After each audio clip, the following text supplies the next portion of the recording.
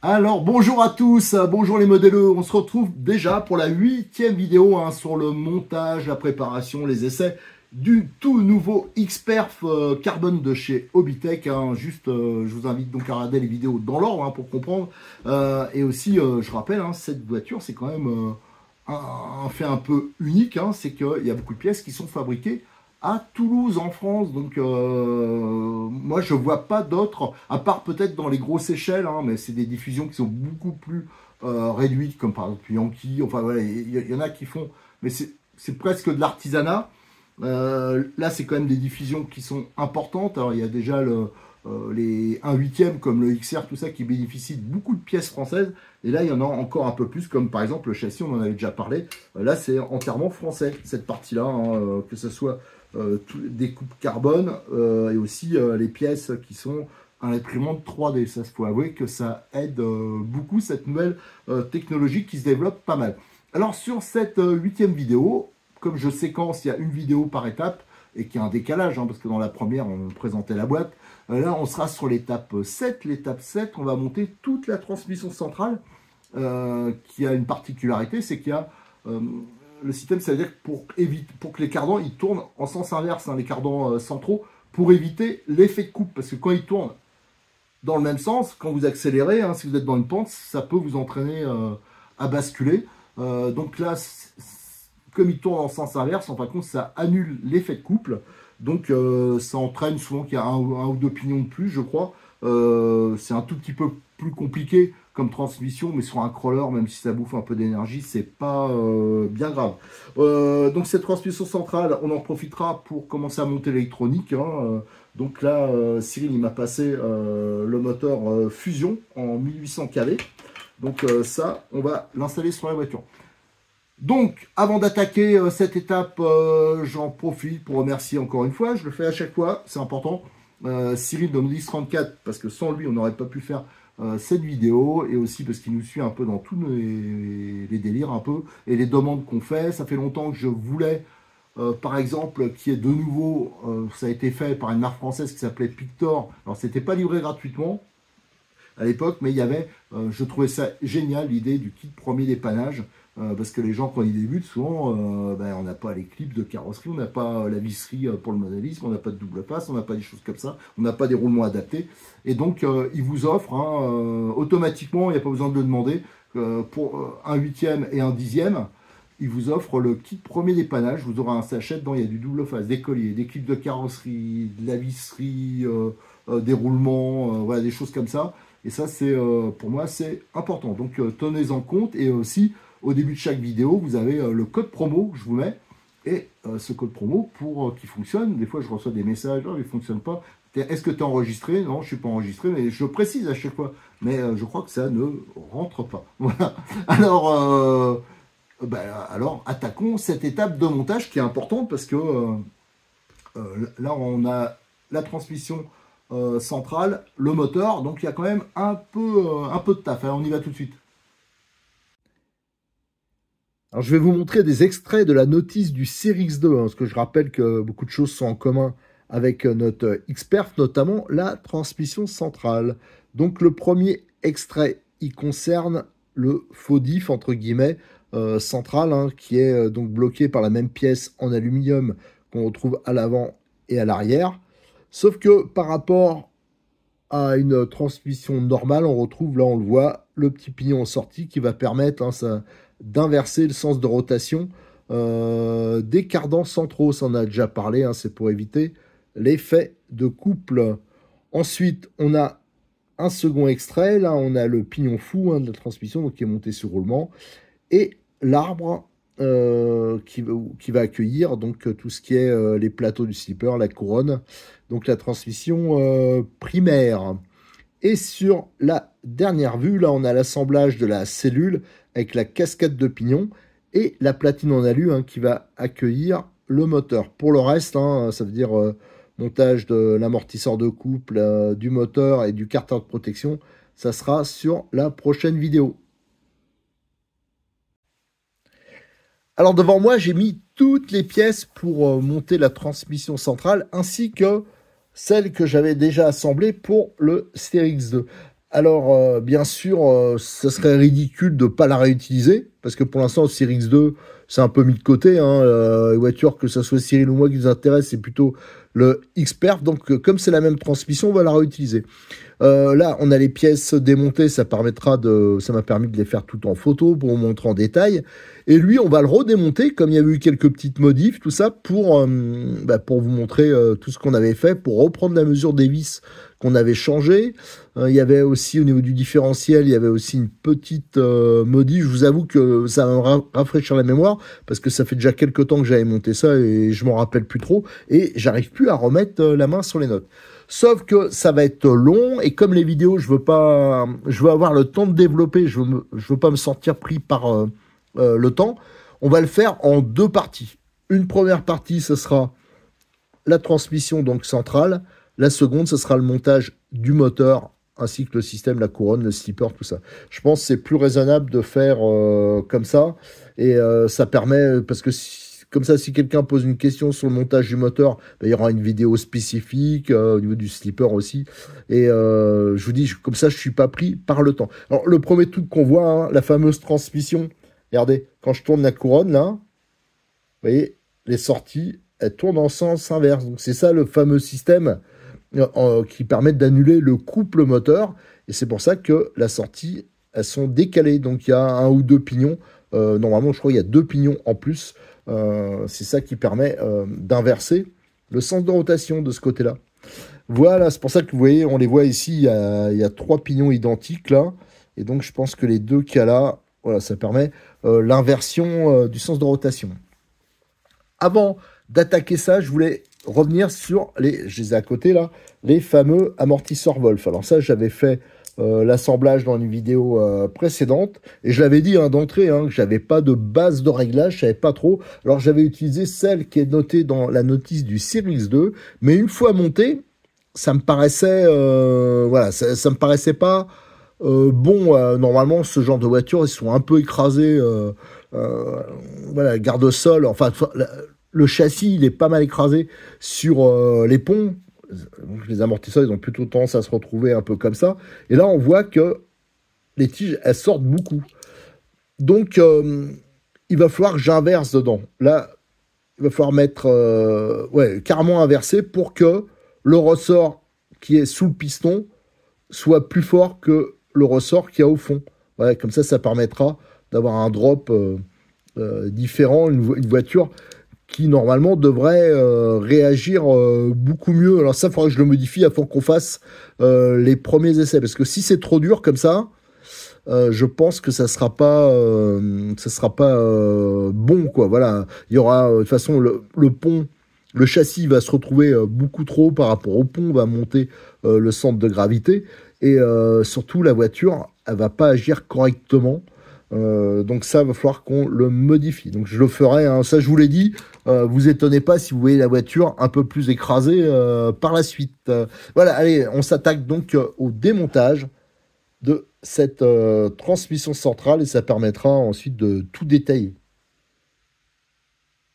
Allez, on va déjà commencer par démonter le slipper. Donc vous avez l'écrou, donc c'est l'amortisseur de couple.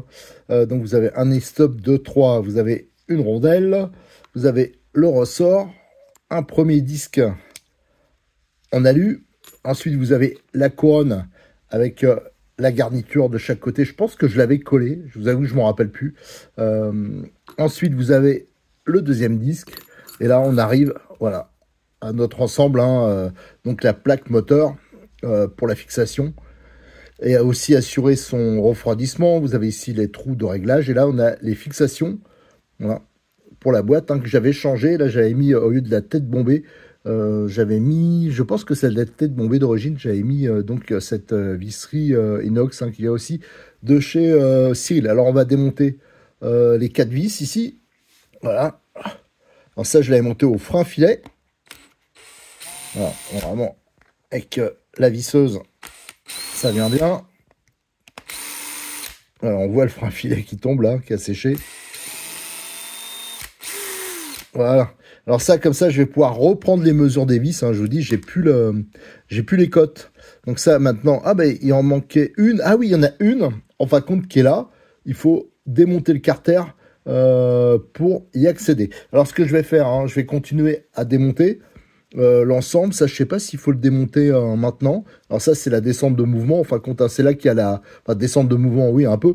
C'est ça qui permet donc d'inverser le sens de rotation de la sortie. Hein. Donc il y a deux pignons. Donc ce que je vais faire, je vais le démonter et je vais vous montrer ça. Alors pour vous montrer hein, le système, là on voit le pignon. Et ici, le carter une fois retiré, il y a strictement le même pignon avec des petits roulements. Ça doit être des 8-5. Donc ça se monte comme ça.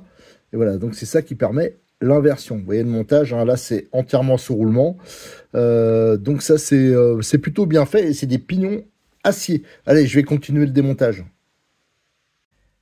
J'ai retiré toutes les vis d'ailleurs, regardez, il y avait du frein filet, ça se voit.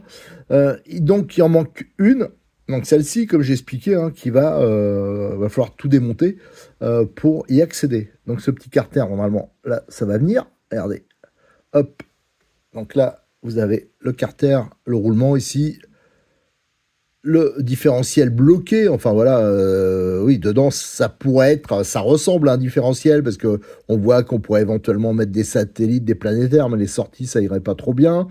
Et dedans, on va retrouver la même pièce, de toute façon, on le démontrera, la même pièce en aluminium qu'on a dans les ponts avant et arrière. Et ici, vous avez, ça c'est très classique, par exemple, si quand vous achetez un TT 4.2, souvent c'est comme ça, vous avez trois pignons. Donc là, c'est un pignon intermédiaire qui est monté fou, hein, qui est monté sur roulement. Le petit pignon là, et après, vous avez le corps du différentiel.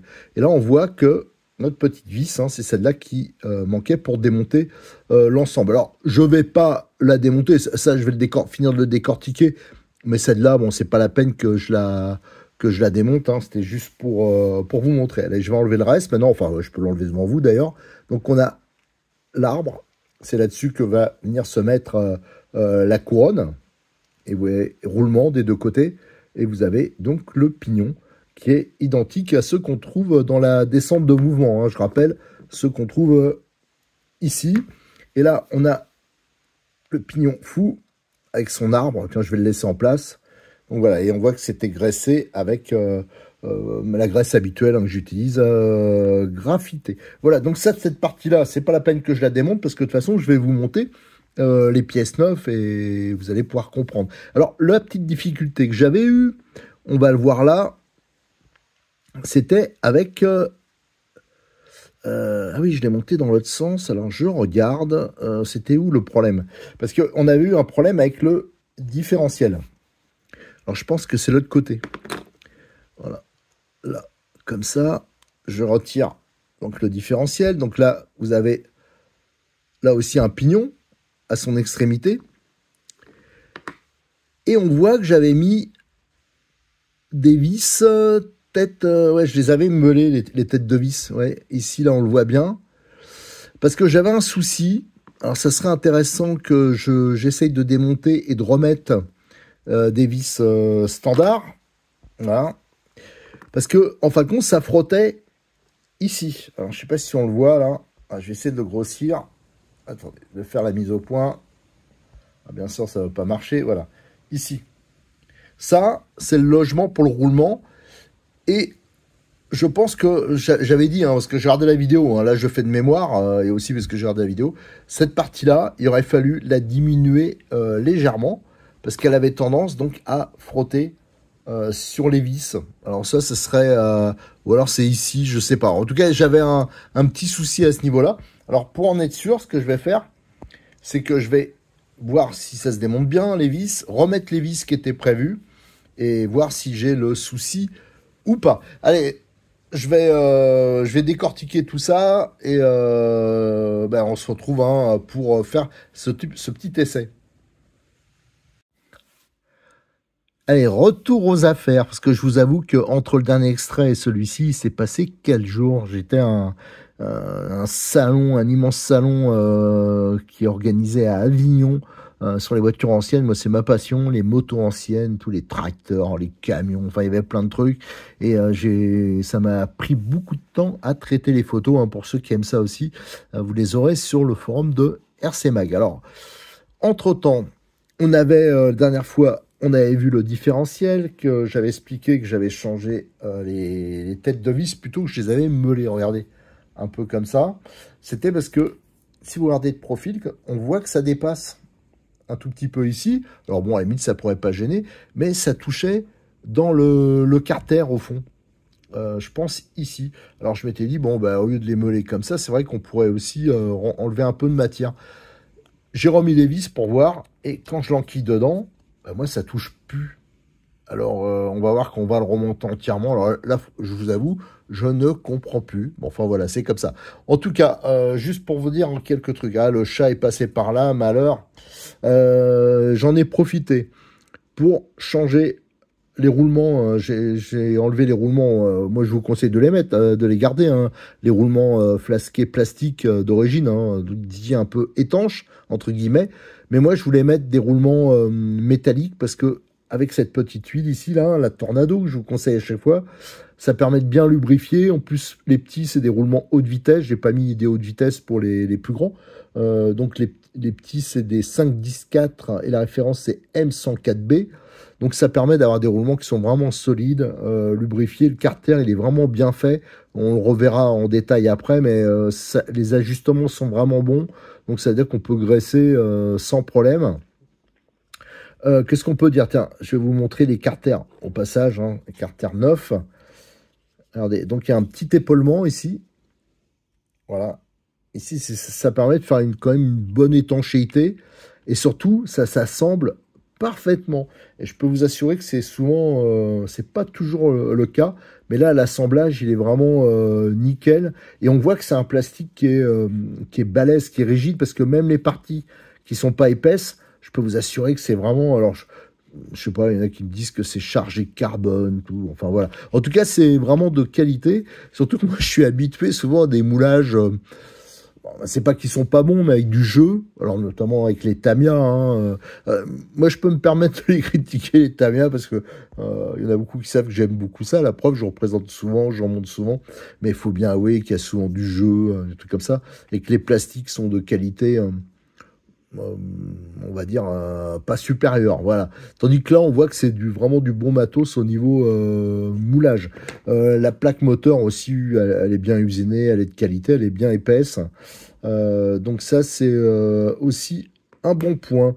Si on regarde toutes les pièces, là, on a le pignon intermédiaire, le pignon fou, hein, donc qui est monté sur roulement. Lui aussi, je vais le monter avec des 114 haute vitesse, avec son axe. Bon, ça, je vois pas comment ça peut casser, mais enfin, on sait jamais, mais c'est quand même des pignons qui sont bien balèzes. Ça, c'est les autres pignons qu'on retrouve. Je crois qu'il y en a 4 sur la voiture en tout, hein, qu'on retrouve donc au bout de l'arbre de transmission primaire, mais aussi pour inverser le sens de rotation des cardans centraux, hein, pour éviter l'effet de couple. Alors, pareil, j'ai vu qu'il y a eu des réflexions, hein, mais le corps du diff bloqué, il est en plastique, mais bon, ça c'est tout à fait classique. Moi j'ai connu, ça doit exister en métal, mais je trouve que c'est quand même bien d'avoir dans un montage comme ça au moins une pièce qui est en plastique, qui éventuellement peut faire fusible, mais aussi pour le poids. Hein. Je pense que celle-là c'est la moins fragile des trois, donc en plastique, moi je vois pas comment ça peut bouger quoi dans une transmission, dans une boîte qui est aussi rigide. Alors là on voit, ça ressemble vraiment à un diff. Hein. Avec, on a même les emplacements pour tout ce qui est, si on voulait mettre des axes, des satellites, tout ça. Alors, sauf que là, les sorties s'iraient pas bien. Et on a la fameuse pièce qu'on avait donc à l'avant, à l'arrière. On retrouve la même avec les arbres de sortie qui vont venir s'enquiller dedans comme ça de chaque côté. Alors, la différence avec ce qu'on avait dans les ponts, c'est que les autres, les arbres, ils rentraient de l'extérieur. Là, ça va être de l'intérieur et il y a un épaulement. Donc, ça va rentrer comme ça. Donc, on ne peut pas le démonter de l'extérieur. Il faut ouvrir le carter pour les retirer. Ça, c'est normal, parce que ça, c'est pour éviter que ça se déboîte hein, quand on est en mouvement, parce que là, ça va tirer dessus, hein, les cardans centraux. Hein. Là, c'est la fixation des cardans centraux. Donc ça, il faut que ça soit mis à l'intérieur. On a nos fameuses petites bagues hein, qu'on retrouve hein, dans tous ces montages-là, que je viens d'installer dedans. Alors, quand j'avais montré que je le collais, qu'il fallait faire comme si c'était un vrai différentiel sur une des premières vidéos, là, pour les différentiels de pont, j'ai eu des retours, des machins, en me disant « Ah, mais ça sert à rien, c'est fixe. » Non, mais je sais que je suis pas bien intelligent, mais je suis pas bête. Hein, je sais bien qu'il n'y a pas de rotation intérieure.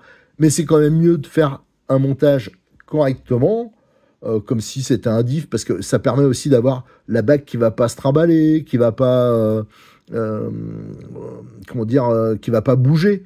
Donc moi je trouve que c'est mieux de le faire comme si c'était un diff, donc on le colle correctement, on fait en sorte que ça bride pas l'axe, tout ça.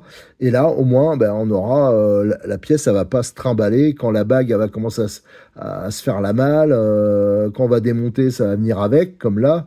Voilà, donc c'est pour ça que moi je vous conseille de faire le montage correctement, même si ça ne tourne pas. Alors la petite différence aussi, c'est que en sortie d'arbre, alors pas celui-ci, de celui-là, voilà, on va retrouver ce pignon, alors qui est monté avec une goupille qui est là, on l'installe, et là il y a un circlips.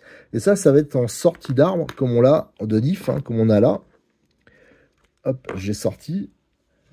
Et des pignons comme ça, je crois qu'on en retrouve deux autres. Ça, c'est ça qui va servir donc à faire cette fameuse inversion du sens de rotation. Hein. Donc c'est cette partie-là dans le carter qui est en plus par rapport à d'habitude. Pour le reste, c'est tout à fait classique. Il n'y a rien de spécial. Je vous avais montré donc l'arbre intermédiaire, donc avec le pignon, avec les roulements. Il n'y a pas de souci. Il y avait l'arbre primaire. Donc on le retrouve là. Au fond, j'ai changé le roulement, j'ai mis donc le haute vitesse. Et cet arbre, c'est un montage aussi avec un système de goupilles. Donc on le retrouve là. Il y a des épaulements, le même pignon encore qu'on retrouve. Et voilà, ça se monte sur une goupille. On l'enquille et après on met le circlips. Là, il faut vraiment s'assurer qu'il est mis correctement. Parce que ça, j'ai déjà vu hein, sur des voitures. Des trucs, ah, ça marche plus, ouais, parce que le clip, ça n'a pas été mis ou mal mis et il s'est déboîté. Alors, faites attention à ça.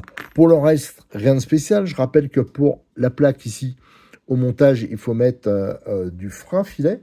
Hein. Donc là, c'est important. Moi, je vous conseille de le mettre avec une petite pointe. Moi, je mets le frein filet juste sur la partie taraudée, hein, sur la plaque alu. Je vous conseille pas de mettre, parce que vous voyez, sur une dévis, ça a dû être fait comme ça.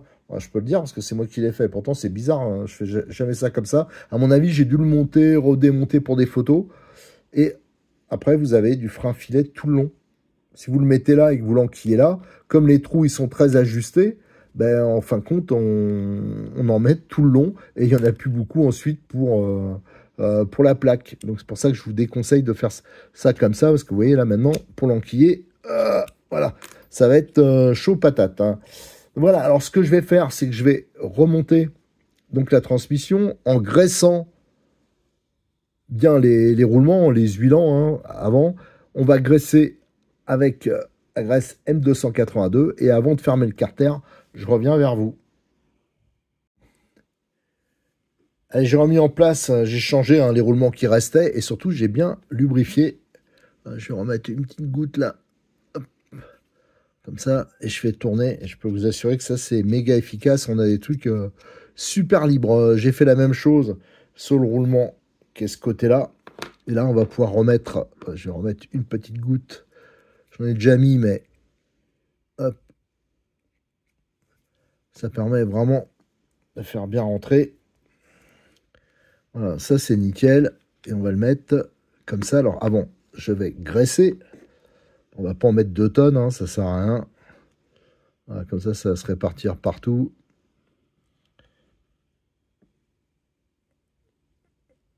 Voilà, j'en ai mis un peu trop. Bon, c'est pas grave. Hop. On va l'enquiller là. Normalement, c'est nickel. Voilà, ça, c'est bien. Et maintenant, il me reste à fermer le carter.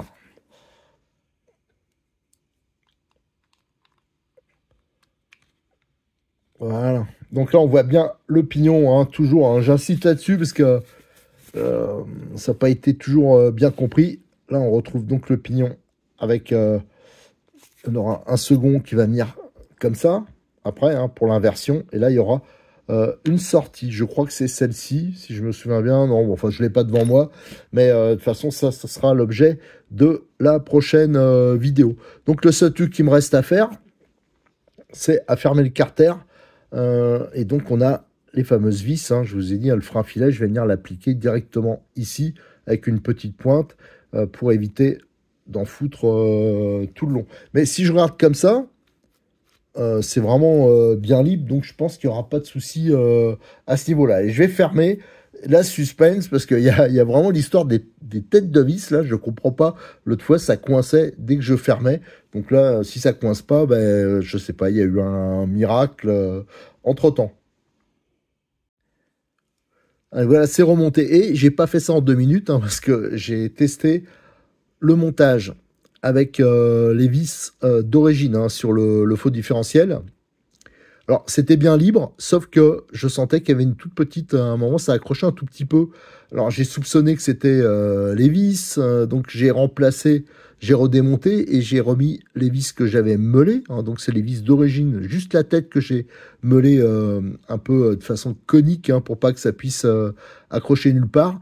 Et là, bah, j'ai plus ça. Donc, moi, je soupçonne qu'il y a vraiment ce petit truc à faire attention. C'est pas grand-chose, hein, mais voilà, là c'est beaucoup, voilà, il n'y a aucune accroche. Donc ça c'est bien, faites attention de ne pas serrer non plus les vis comme des malades, hein, parce que ça a déformé au niveau des carters.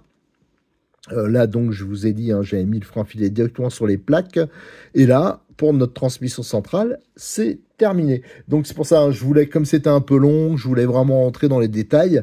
Sur la seconde vidéo, on s'occupera donc de monter toute la partie slipper, le moteur et ce carter, d'ailleurs, qui s'adapte parfaitement. Allez, donc rendez-vous sur notre chaîne YouTube. N'oubliez pas de liker les vidéos, de les partager, de vous abonner et surtout de venir nous rejoindre sur le forum de rcmag.com. Et encore merci à Cyril Domodix34 pour son aide.